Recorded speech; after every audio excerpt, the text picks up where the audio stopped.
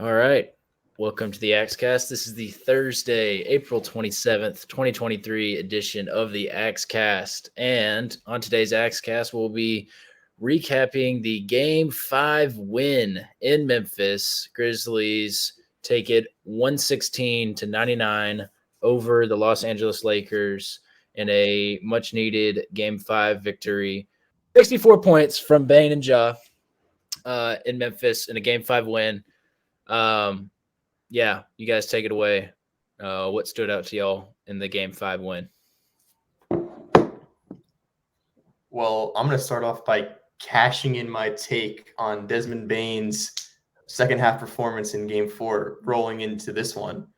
What a great performance from Desmond Bane. It was, I called it.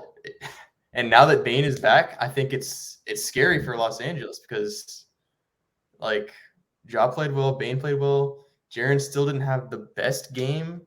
There were some things that I liked. I feel like every time Jaren tries to shoot a three, Anthony Davis blocks it. Every time. Because he shoots it like from his sternum.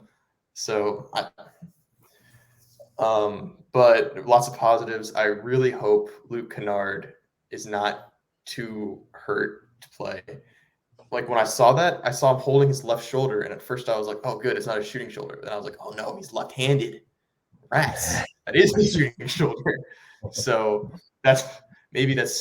hopefully he'll be okay. I think we really need him because we again saw why last AXCAST I kind of reverted to we don't need to be playing Dylan Brooks. And again, we saw why we don't need to be playing Dylan Brooks. And if Kennard is injured, we're going to have to play Dylan Brooks. So it could be pretty problematic. That's such a downgrade in shooting. And Dylan, I think, has really never been such a great shooter, but these playoffs have been awful and horrific. And the announcer last night was just like I said at least 3 times, like, Dylan is really struggling to shoot. And I couldn't agree more. He really is. I think he was like 2 for 10 from the field. From three. From 3? Yeah, he was 2 of 10 from 3, and I think it was 3 of 15. 10 threes in the game. Even if they're leaving him so wide open, if you're only making 20% of wide open threes, then you still shouldn't shoot it. Like, you could at least drive it in. All right, moving on from that. I thought Ja had a great game. No Roddy meaningful minutes last night, which was kind of a surprise because I think Game 4 we said he was the leading minute getter off the bench. So big pivot, ended up working out great. So that was a little surprising. Thought Santi played better. Thought Ty still could be better, but overall I was really happy with the win, really happy with the effort. Hopefully they can continue going into Game 6. Yeah, I agree with most of what you said. I think you could just tell that we had the desperation that the Lakers didn't have. Not to say like the Lakers weren't trying or anything, but we had that level of intensity that a team with the back against the wall needs to have, and we did have that. The biggest thing that I've seen, which I've talked about it, I think after at least Game 1 through 2, I think I mentioned it after Game 3, is that lineup we need to do with Kennard replacing Brooks when it's that Ja, Bane, and Kennard backcourt. Just how lethal it is, even if Kennard isn't even putting up shots, just how it stretches the defense out, and they can't double Ja anymore, or else Kennard and Bane will torch them. They can't just help off Kennard, or else he's just going to shoot 10 fireballs. And then if they, like they are right now in Kennard, they're playing him really tough in the corner still. That just opens up in the lane, and Ja's been able to really get to his spots and play a lot better, as well as Bane off the dribble. So that's my biggest takeaway is going into this Game 6, how willing is Taylor Jenkins to making that necessary adjustment. I forgot the stat. I think for the plus minus of those three when they're on the court together this series, but it's just some absurd number. I think it was like per 36 minutes, they're like a plus 45 or something. What is it? The Ja, Bane, Kennard? Yeah, the 3-man lineup, Ja, Bane, Kennard. It was like some absurd plus minus. And you can just see it. Like when Dillon Brooks is on the court, it has gotten worse each and every game, the way that they defend him. They used to be just leaving him like a little bit open and they'll live with it. Now there's like no one next to him. They're just daring him to shoot. And Dillon Brooks is locked and loaded and ready to shoot, but he can't make them. And so every time we take Dillon Brooks out, though, and bring in Kennard, they can't play him like that. And that just frees up the whole court for the Grizzlies to operate. And I think I know we'll get into Game 6 preview, but I think that's the biggest storyline for me going into this next game is Kennard was the first man off the bench finally for the first time this series. That was one of the things I noticed when I went back and looked at the game. Usually that's Santi coming in with around 6 minutes, but Kennard checked in with 8 minutes left in the first. Part of that was because Dillon got in a little bit of foul trouble. But Taylor Jenkins was asked about it, and he said that, look, we need to get Kennard. We need to find a way to utilize Kennard more in the series. And I've been screaming that from the rooftops ever since Game 1. So that's my biggest takeaway. We look good. But again, it's kind of like the Game 5 we had last year against the Warriors where we were just a more desperate team. Not to say that the Lakers were just going to hand that to us. We still had to go out there and execute, which was nice to see. But now we have to take it on the road where we've had our struggles, but Game 4, we were right there. So I'm looking forward to seeing how our team responds. Yeah, I agree with what you guys were saying. I think, clearly Bane and Ja had it rolling. Luke, you're absolutely right. You were calling Bane getting it rolling in last AXCAST, and that could be trouble for the Lakers. And you were absolutely right because Bane had it cooking right from the jump. I mean, he was the first bucket, that mid-range right at the elbow, and he had it going on all night. And I think he slowed up a little bit there. It was in like the fourth, but that's when Ja took over. So, but yeah, or maybe that was the third. I don't remember. But anyways, Ja and Bane, clearly the reason that we won that game. But the rest of the starting lineup really didn't have great performances. I know that Jaren, still like his offensive woes and stupid fouls, man, just absolutely stupid fouls. Like trying to swipe at the ball after Anthony Davis has already gotten the rebound. I think he picked up his third doing that. When are you going to learn, Jaren? Like I was just screaming at my TV, like why? You're just taking yourself out of the game for stupid frustration reasons. So, hopefully that can be a little bit of learning curve. Tillman, I think, had his worst offensive performance this series. But I mean, X has had an amazing series. So really you're playing with house money as far as, play from Xavier Tillman at this point. And then the aforementioned Dillon Brooks. Again, we're going to talk about Dillon Brooks and his terrible shooting numbers. I wrote down at halftime, thank the Lord that Dillon Brooks got 3 personal fouls in that first half because he was 2 of 9 shooting and 1 of 5 from the 3-point line. And he replicated that. You think so, when you're shooting 1 of 5 in the first half, you're thinking, man, I just don't have it tonight. Maybe I should defer to my teammates. So Dillon Brooks actually follows up with the second half, replicating the same 3-point shooting numbers and ends the game going 2 of 10. So he goes 1 of 5 again in the second half. Consistency. I was going to say that's consistent. Give it to him. Guys, when you're talking about shooting the basketball and as your attempts in shooting the basketball go up, your misses become way more emphasized. For example, If you're shooting 33%, that is not the same as someone that's shooting 1 of 3 and someone that is shooting 4 for 12. That person that's shooting 1 for 3, that's only 2 misses. And, maybe they realize, I just don't have it tonight. I'm going to defer to my teammates. And the person that's shooting 4 for 12 clearly is like either in that scenario, probably like the team's number one option, and he needs to be scoring. And while he doesn't have it, he may be the team's only option offensively, or best offensive option. But in the case of Dillon Brooks, when you are not the team's number one option, heck, he's not even the third or fourth best option on the Grizzlies.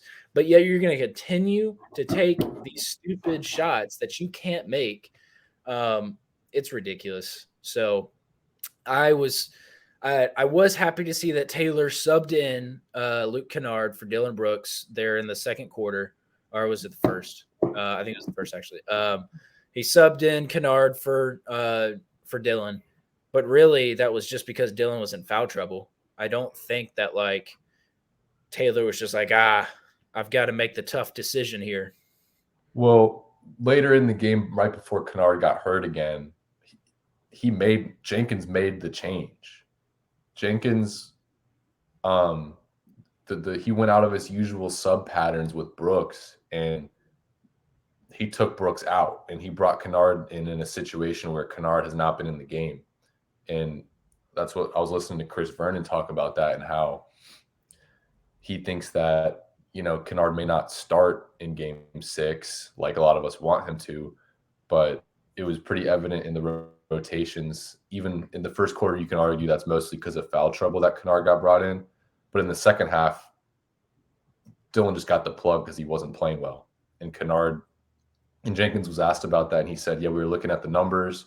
We think we need to get him utilized more, and we got to get him in the game and tinker with some things. And they said that they looked at that lineup before the game as something they wanted to emphasize. And then I saw that Kennard and Tyus were both asked about that lineup, and they both said the same thing. So again, I do think that that's something that Jenkins knows needs to happen, but I'm not trying to speculate, but I feel like there's almost like a level of Taylor Jenkins maybe being scared of Dillon Brooks or something to really pull the trigger on that, to remove him from the starting lineup, and what ramifications that would have for Dillon mentally. He'd implode.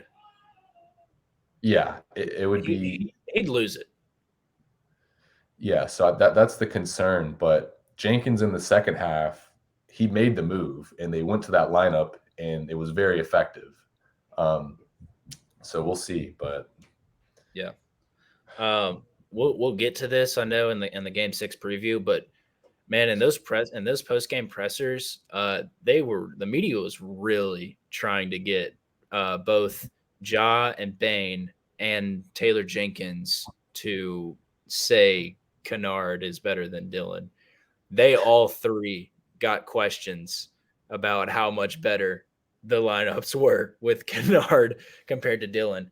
The media was really trying to get them to say Kennard over Dillon, which I thought was funny. But we'll get to that later. If it looks like a duck and it quacks like a duck, it's probably a duck.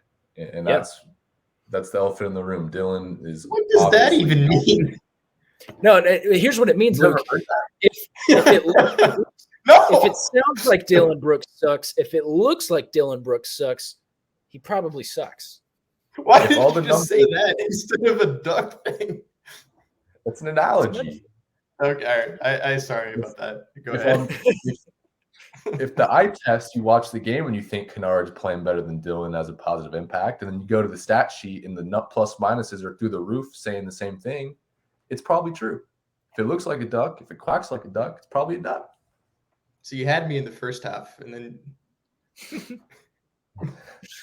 you had me in the first half. Not gonna lie. Yeah. Well, also Kennard. Another tough thing is Kennard got in the first half played 7 minutes, 3 personal fouls. Something I wrote down. So that was tough to see. And then the injury. I think he just got a stinger in that shoulder. I was listening to Vernon too on my drive back home today, and I think that we shouldn't have to worry about it. Of course, I'm very skeptical about listening to the Chris Vernon show when it comes to injuries because they have been wildly wrong. They said Chris said that Steven Adams was going to come back this season and he wasn't worried about it. And he said Zal was going to play game. Yeah, he said 2, Zaire was going to be fine. So I don't know. Maybe actually spin zone. Maybe that means that Kennard's done for the season if Vernon thinks that he's fine. But anyways. He looked fine. But yeah. I don't know. I don't know. I think it should be all right. If Anthony Davis can like fall down and like every single quarter look like, oh, he's got a broken hip. Oh, he can't feel his arm. Oh, his elbow hurts. Like every single game, Anthony Davis does that. Can we not get some luck with Kennard? Anyways, speaking of Anthony Davis, something that I wrote down was we had another great Anthony Davis game. I think he finished with 31 and 19. So almost a 30 and 20 game. Yeah, 31 and 19. He's just killing us. He's killing us now for 2 straight games. And, you know, we're going to get their home run effort in game 6. And I know we'll get to that later, but it's just a huge concern for me. What do you guys think about Anthony Davis and maybe even moving forward?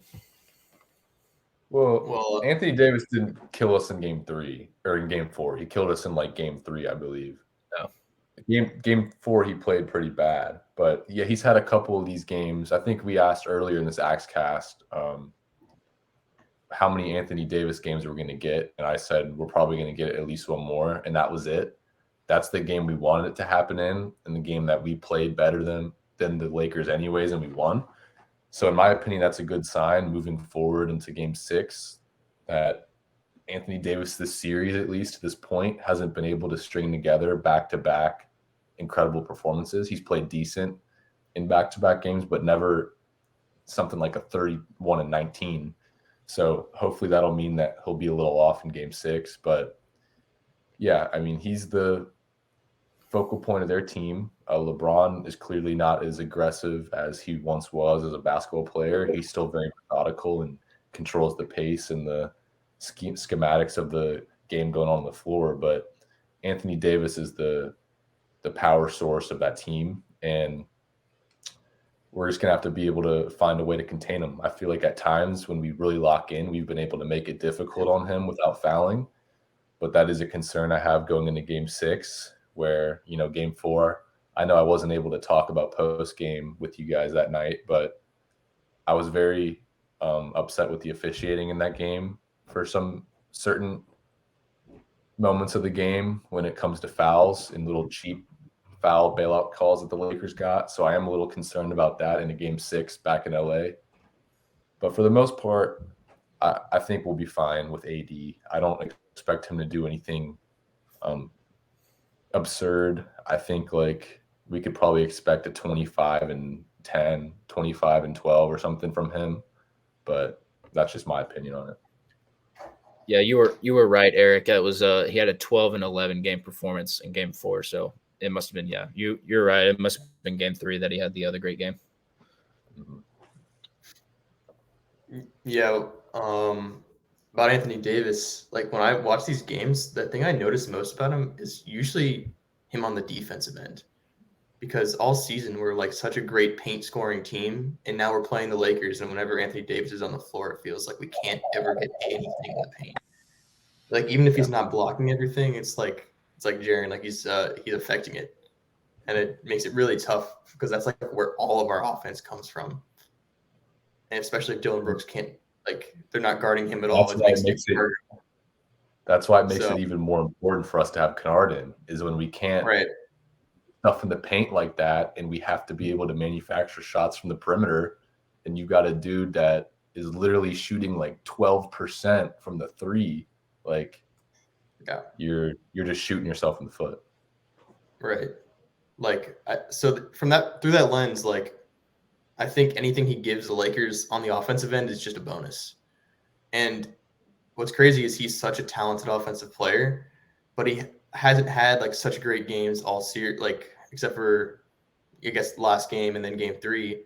But I guess that's like a combination of like the Grizzlies trying to deny him the ball and the Lakers maybe not making such a effort to get him the ball and like force feed and play through him. But I think Reggie Miller said this, and I'm gonna be annoyed because I don't really like Reggie Miller at all. But he said this could be a positive for the Grizzlies that the Lakers are making a run down the stretch because it means Anthony Davis and LeBron James have to stay in the game and continue to play more minutes than they needed to in a losing effort. So they could have rested that whole fourth quarter, but instead they had to go back in there and play more playoff strenuous basketball. And so looking for game 6, which is, again, LeBron used up all his 2 days of rest in the first couple of games of the series. So now he only has 1. And so maybe they'll be tired for game 6, and the Grizzlies are a young team. Hopefully they can like bounce back and be much more energized and at least out of the gate have an advantage. So, and also Davis like takes so many like injuries, like you were saying, Caleb, like at some point these things gotta add up and like maybe impair his play. I don't know. But I am also not worried about Anthony Davis so much moving forward. I completely agree with your take on the way this series is played out. I mean, it's easy to get lost in the shuffle in game 4. Down the stretch of that game in the fourth quarter, LeBron was so tired that Darvin Ham had to call back-to-back timeouts. I remember in the moment, I was so confused why there was a timeout in the TNT. I think it was on TNT. The broadcast goes back to the game, and then the Lakers are sitting there on the bench still, and then they announced that, they had to call another timeout to rest everyone. So in game 4, LeBron was already feeling tired. Then he has 1 day's rest and goes and plays in game 5, in which he played pretty much the whole game until the last 4 minutes. I know his minutes were like at 30-something, I believe. But that's a 37. Little storyline here is down the stretch, the end of the series, it's 1 day rest versus the beginning of the series. They got 2 games rest in between games. And so it'll be interesting to see if that wear and tear on LeBron James, we know how he's been able to define time with how well he's been able to perform at a high level at his age. But playing in a 7-game series like this, with a lot of these last couple of games being with 1 day's rest, we've already seen the fatigue. So we're just going to have to wait and see how LeBron's going to hold up. Yeah. Last night, LeBron subbed himself out with 4.5 minutes left to go in the game. And the game was technically still within reach. Like the Lakers, it was feasible for the Lakers to be able to make another run and come back. Granted, it was unlikely, but I would say that the game was still theoretically within reach, and LeBron subbed himself out with 4.5 minutes left to go in that game. And Anthony Davis and like the rest of their starting lineup was still on the floor. Like Anthony Davis, Schroeder, Vanderbilt was still on there. Like their entire team was still playing, and LeBron just couldn't do it. So yeah, was it like 40 something minutes in that overtime win in game 4? I thought it was 45. 45. Yeah, like 45 in game 4. I wrote it down. I remember like he played 37 last night, and that's even, he could have made his way to 40 if he, played the rest of those 4 minutes. So yeah, he played 45 minutes in game 4. Yeah, 45 in game 4, 37 last night. So man is clearly fatigued, and he put up a dud of a game in game 5. What was he, like 1 of 9 shooting, something terrible, like just did not have the legs, did not have the energy. It was clear, it was apparent. But he addressed it in his post-game presser, and yeah, he's like, yeah, I didn't play well. Just got to be ready for game 6. So as a Grizzlies fan, I'm optimistic and hopeful that he doesn't have it and he's still going to be fatigued and not ready, because again, there's a travel day in between the 1 day rest that they get. They only get 1 day off. And we saw what he looked like after just 1 day off last night. He was not good. He was not aggressive. So I'm hoping that he can put up another dud game in game 6. Something that I did want to add, Luke, is you mentioned Reggie Miller and how he annoys you. Something that really annoyed me about Reggie Miller in the game last night, he was like, like LeBron was driving and like there's some call on Conchar. And he was like, Conchar's in the restricted area. So clearly a charge there. Goes to the replay. Conchar's like standing 2 feet outside of the semicircle, like not even close to being like within the restricted area. And he was like, "Oh, I guess he was. I guess that he was wasn't in moving there." still. Yeah. So it's like, gosh, dude, Reggie Miller was making me so mad, especially in that run. Which this is another point that I had for Game 5. Game 5 was just a game of runs, right? You know, we opened up that first quarter, we're running and gunning, and then we close out on a huge run to end that first. The Lakers go on like an 8-0 run to end the first half, and then D'Angelo Russell comes in, makes 3 straight shots again in the third. And then Grizzlies make another run the rest of that third quarter. And then the last run was the Lakers kind of made it interesting there in the fourth for a little bit when the Grizzlies could not score. But what I'm long-winded way of saying, another thing that annoyed me was Reggie Miller in that midst of that fourth quarter run that the Lakers were making. He was like, "Oh man, this is just terrible for the Grizzlies. They just can't score." I was like, dude, shut up. I'm going to kill you. But yes, I agree. Yeah, what else from game 5? I think it might be a blessing in disguise that Jaren had another rough performance. I think he's so due. I mean, we saw game 1 where he went crazy. Obviously, the Lakers have made some adjustments since then, but man, we're due for another trip game, man. I think, like Luke says, every time he shoots a 3, it gets blocked, and then when he's down in the paint, they're doing a good job of denying him the ball. And even when he had a couple opportunities, I think he got mismatched on Austin Reeves a couple times and was able to score over him. But a lot of the times they've been able to deny him and contain him. So I think we are due for another trip game. But in game 5 was another struggle.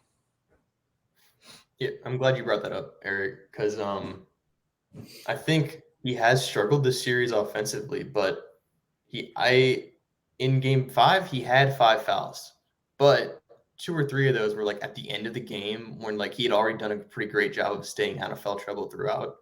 So I didn't really think he was that close to fouling out, or I wouldn't say he was in foul trouble really, like as much as you can be with 5 fouls. And I think he really hasn't gotten in foul trouble all series.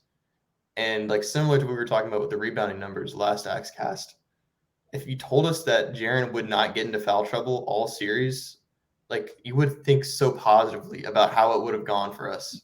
And it just hasn't gone that way because we can't shoot the ball until yesterday. So I think Jaren is very due. Like we were saying with Bane, and Bane broke out, and now I think it's Jaren's turn. Like Jaren had a great game 1, and I guess he scared the Lakers into guarding him super hard. And Davis is a tough matchup, but I think he's ready for another big game to help us go back to Game 7 FedEx Forum. Yeah. Yeah, I like that point about Jaren. Yeah, there's I think that was pretty much everything I had to say about Game 5. So I mean, we're really already getting into it, but if it's cool, we'll just move on with Game 6.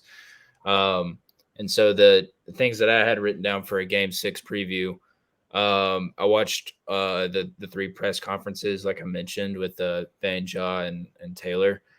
All 3 of those guys, there was one common thing that like I noticed between all 3 of those guys, and that they were all pissed off that they're in this situation where they're going to have to win 3 straight in order to win this series. They were all like clearly short with the report, not like being disrespectful, but like just pissed off that they were in this situation. And B, they were confident. They were confident that they were going to be back in Memphis for a Game 7. So I liked that. I liked seeing that. I mean, yeah, Bane got a question about, sending the series back to Memphis.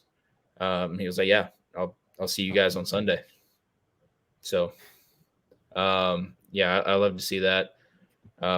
What else would you guys say about looking forward to Game 6 tomorrow? Yeah, so a couple things. I think after Game 3, I think it was 2 or 3. I know me and Caleb were pretty pessimistic after the way we've looked. It just didn't look like we had any answers for anything the Lakers had, and we were just pretty much outplayed to that point in the series. As dreadful and as painful Game 4 was, there was a lot of positives from that. I felt like that was kind of that game we controlled a lot of it. I felt like we controlled the pace of that game. We got the shots we wanted. We just shot unbelievably bad, which we've been shooting all series. Like, we had a slight improvement in Game 5 with 3-point percentage, but it's still very bad, very inefficient. So, like, I think it's just going to come down to our ability to minimize the Dillon Brooks offensive experience and utilizing that lineup. I think we were calling for it forever. I think Taylor finally has acknowledged that it needs to happen. And the way I interpreted it in Game 5 and the way that a couple other people interpreted it was that Kennard was subbed in earlier, and they made that change in the third quarter before he got hurt. So if Kennard's healthy, I think we definitely have we could have and should have won Game 4. So I do feel pretty confident going into Game 5, knowing that we have that lineup mismatch. We found something. We have a lineup where the Lakers have proven that they cannot keep up with us when we utilize it. So that gives me confidence. And then the other thing is, we still haven't seen a Tyus Jones that we've known. Like, come to love and know, Tyus Jones has been a shell of himself pretty much. And he's another guy that's due. Like, I feel like he's bound to have a breakout game where he hits 2 to 3 threes and he's just being the floor general that we have seen him be his whole career with us. And I don't know. I'm a little more optimistic with our chances in a Game 6 just because of those reasons. I think we have the formula. I know how we can beat this team. The way that we're defending LeBron and AD, we know like one of them is probably going to beat us. We've done a little bit of a better job on Hachimura, and he's kind of regressed a little bit. Now he's still playing pretty well, but he isn't shooting the lights out like he was earlier in the series. And so I feel like we have the matchups on paper and the formula to win. Now we just have to like go do it. And I think that if Taylor Jenkins can, put his ego to the side or whatever and just ride with Kennard over Dillon, I think we have a really good chance to go in there and win, because I feel like we should have in Game 4. Yeah, I agree with pretty much everything you said, Eric. Rare, but I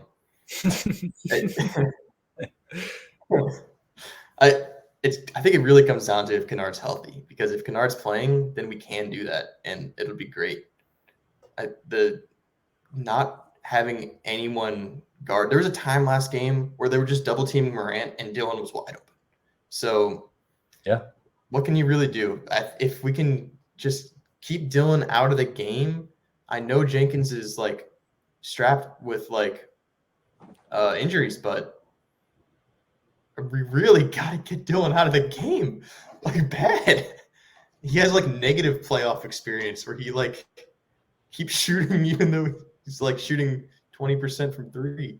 Like you said earlier, Caleb. The day that Luke Enemark officially switched on his stance from Dillon Brooks. He is finally. I like semi-switched last AXCAST. Now I got to get out. Yeah. If I was actually trading stocks, I would hold on until he gets something a little better, and then I'd sell. But Luke has sold his Dillon Brooks stock. We need a meter.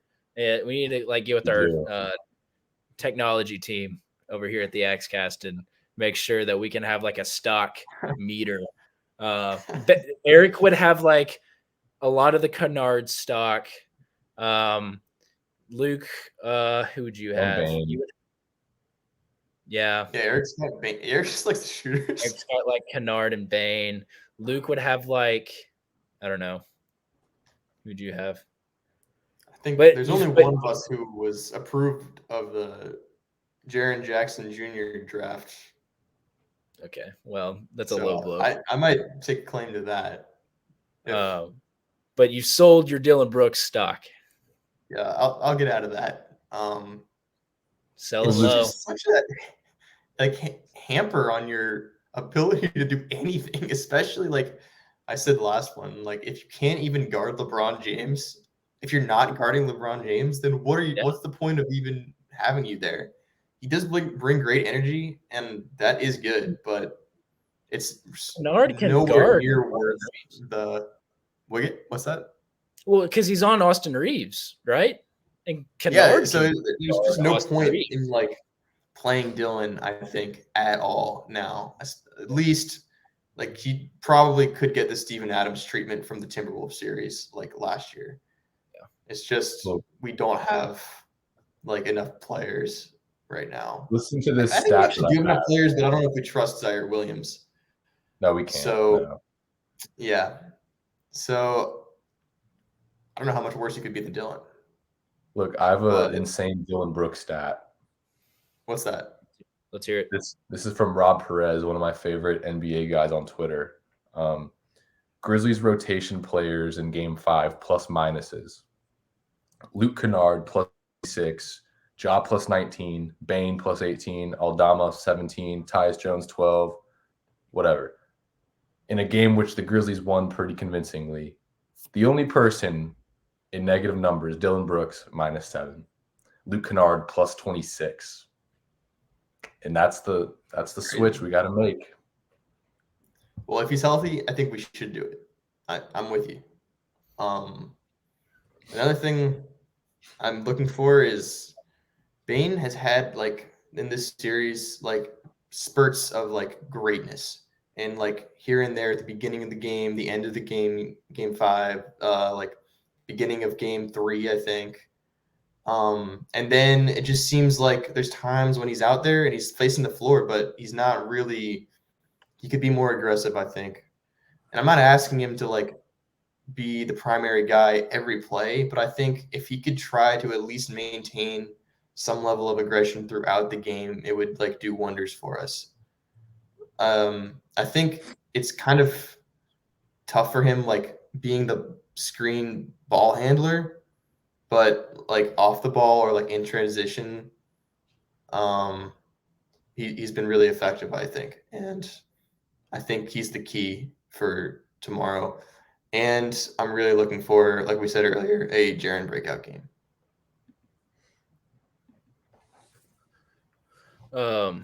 Yeah, I liked what you guys were saying. The thing that I wrote down for Game 6 is if the Grizzlies win Game 6, it will be because Dylan Brooks has a short leash.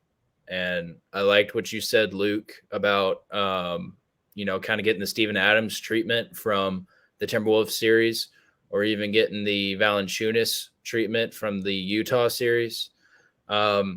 Because hypothetically speaking, if you were to, there are scenarios when you need Dylan, and in a hypothetical scenario where the Grizzlies are matching up against the Warriors in the second round, you would need Dylan to run around and chase Steph.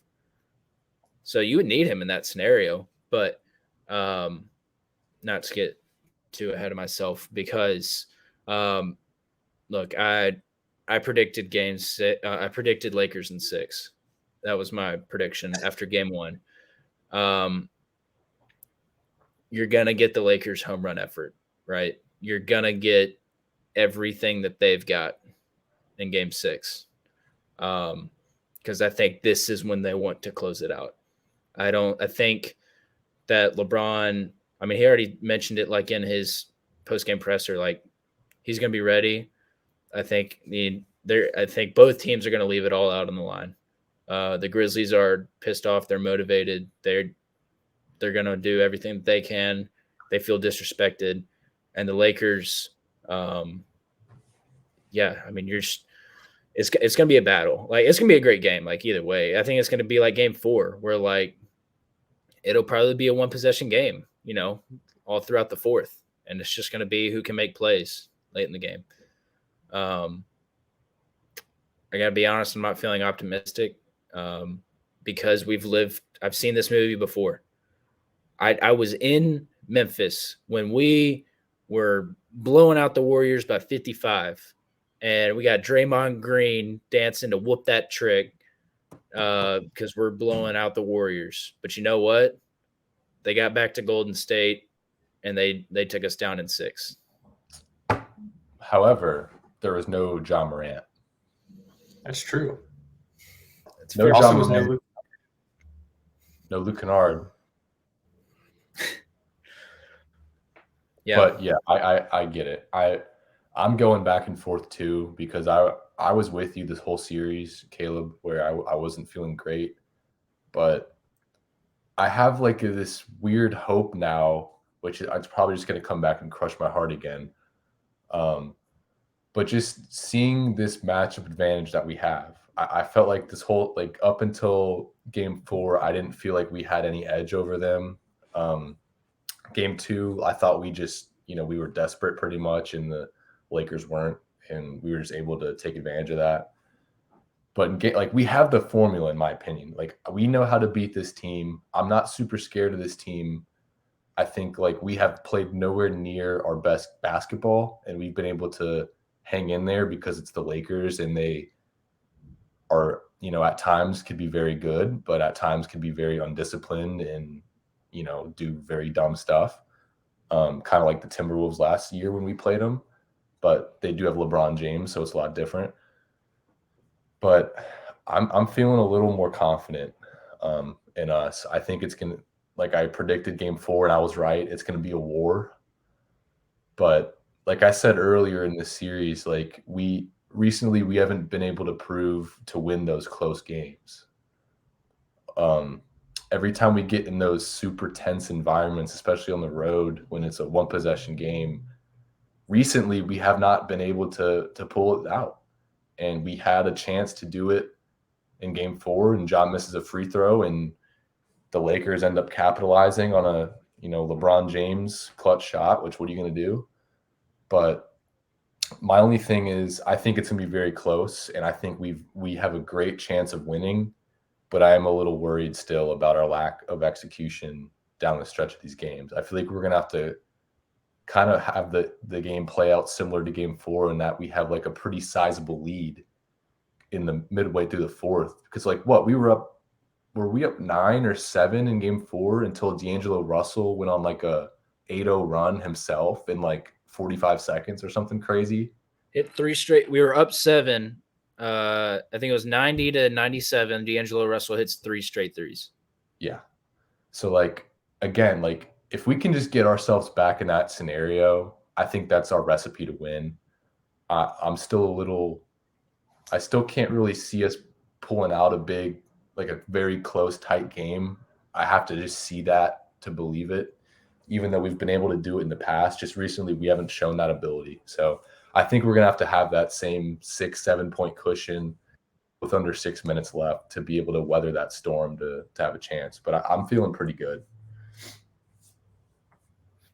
Yeah, I agree. Like, if there was a cause for concern, it's like we've been pretty awful on the road all year, like, comparatively, and like the closing out games has been kind of tough. We got a little better at the end of the regular season, but that's always, it's kind of haunted us and caused us to lose a few games that we should have won.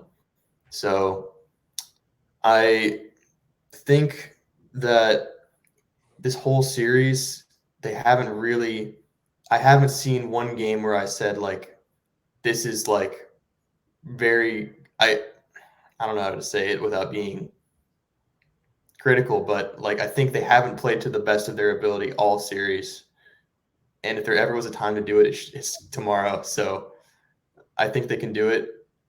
I think they can win. You have to win 4 games to win the series, and the Lakers haven't done that yet. So it's far from over. And if we win game 6, they got to go back to Memphis. which is the hardest place to win in the NBA by home record. So, and if after game 6, Caleb said they're getting the Lakers home run effort. So how much energy are they really going to have for a game 7? How much energy are they even going to have for game 6? Yeah, that's so like if the Grizz could pull this one out, I really think they could win it. And I said a few XCasts ago, getting down 3-1, if you win game 5, you got some momentum, and a ton of pressure is on the Lakers now because you had the 3-1 lead and you just lost a game, and now you really better win game 6 because if you don't, you got to go back to Memphis for game 7. So I am optimistic, and I think they can win. We haven't seen their best all series, so. And look, the Warriors figured out how to win on the road finally. You know, they got one under their belt. It could be done. So we can do it. That's not the same. The Warriors, those are 4-time champs, though. I'm just saying, they've been awful on the road, and they figured it out. Yeah, man. I'm trying not to get too high because I think we're gonna look back and just wonder what if from game 4. I think we're gonna think what if that LeBron shot rims out and we steal game 4, we hold on. We tie it up 2-2. I think the game 5 would have been the same, and we'd have a chance to be closing it out instead of the other way around in game 6. So I don't think like I liked all the points that you guys were saying about Eric. You said about like in the late game scenarios, lack of execution. I like that point. Luke, I like that point about the home records because I remember, I think like the first video that we've uploaded, we were like recapping the regular season, and I said that one of the biggest worries for me is we have not won on the road. I said not only is that below 500, that's significantly below 500 was our road record, and we haven't won a road game in this playoffs either. So I'd say, leave it up to Caleb to be the pessimist. But like I said, I think we're gonna get their home run effort, and unless Dylan Brooks gets a DNP, then we got a chance. That's not happening, unfortunately. But I do have some promise that A, his minutes are going to be restricted, and B, he knows his place. Except his quote. Did anyone see his quote that came out today? Oh my gosh, this kind of contradicts that. They were just asking about, how are you dealing with having like one of your worst shooting performances of your career, like down the stretch of this season. And he's like, well, I'm going to keep shooting them. In one of these games, I'm going to make 3 or 4 and swing a series. So that's not what I wanted to hear. But so I guess the only way to stop that is to have him not on the court. Yeah. I'm okay with him shooting it as long as he like kind of goes to the paint first. Like if you could like stop it.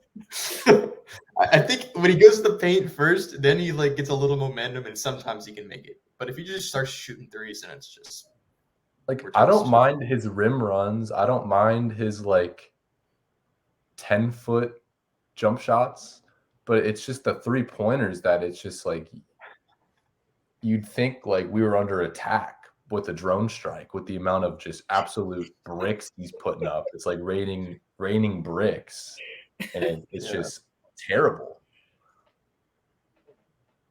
Yeah.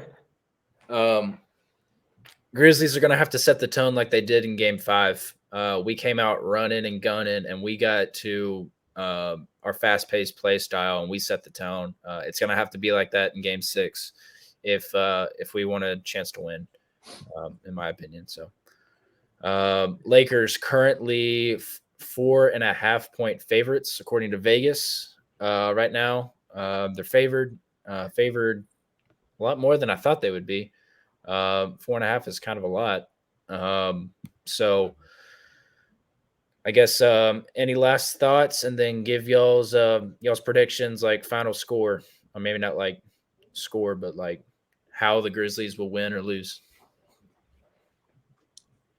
I think it's going to be a pretty much carbon copy of Game 4. I think the thing that pushes the Grizzlies over the edge is if we get a better Jaren Jackson, and I think that's the key. I think John Bain are going to be really good. I don't know if we can expect Bain to score 30 again. He might have like 25, hopefully 28. I think he'll be able to score 30. But the key's Jaren, man. If he could stay out of foul trouble and he can put up like 18, 20 plus, I think we have a really good chance of winning. I don't know if it'll go into overtime again. That's what I said before Game 4. I was like, I don't know if that game's going to go into overtime, but I think it's going to be really close. I think the same exact way. I do think we're going to be able to get over the hump, though, which I'm just setting myself up for, misery and gut wrench again. But I think we sneak out a win. I think we'll win by like 2 points. I'll say 110-108. Yeah, I'm looking for a Jaren breakout also, but I'm not counting on it. So I think Bain is going to be the key because I think we can usually count on Morant to play pretty well. But Bain has been recently good, but the beginning of the series was not as well. But if Bain can recreate what he did in Game 5, I think we can win. And I expect Morant fourth quarter takeover, like game, whatever he did that in 3, I think. So I'm saying Grizzlies semi-comfortably 119, 110. All right. So Eric thinks 2-point victory. Jaren is the key. Luke thinks was that 9-point victory, and Bain is the key. The key is really Dylan Brooks, actually. Yeah. I was gonna say Kennard was really yeah. Because if he doesn't play, we have no chance. Yeah. Yeah, I agree. Yeah, I think it's just gonna come down. I guess I'll just have like an overarching key, and that's just shoot even decent, shoot even just like 40. I mean, 40% is good.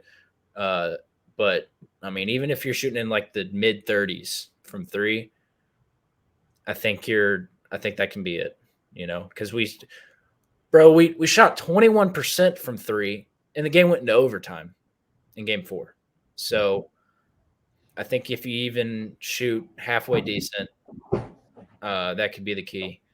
Unfortunately, like I've been saying, I think the Lakers will overwhelm the Grizzlies. I think it'll be via Anthony Davis, and I think Austin Reeves could have another big game too. So I think, unfortunately, I think I'm expecting the Grizzlies to end their season on Friday night. I hope I'm wrong. I hope I've never been more wrong about anything. But I will say this: if the Grizzlies find a way to win Game 6, I would like their chances in Game 7 because of the reasons that you said, Luke. Like, I think we're getting their home run effort in Game 6, so I think they'd really be spent. And then the momentum is fully towards the Grizzlies. So. But yeah. I don't want to count like our chickens before they hatch. Like, focus on Game 6 first, though. Oh yeah, I'll say that. No, yeah. I think Lakers would win. Call it by 5. I think it'll be a tight game. Like I said, 1 possession game, pretty much all the way through the 4th. But I think the Lakers pull it out. Hopefully I'm wrong, and we're recapping a Game 6 victory and a Game 7 preview sometime this weekend. So, any last thoughts, guys? I think I'll say the last key is us not having a referee named Scott Foster or John Goebel. Do we know who they are? I don't know yet, but he announces it today. I'll have to go Maybe look. tomorrow.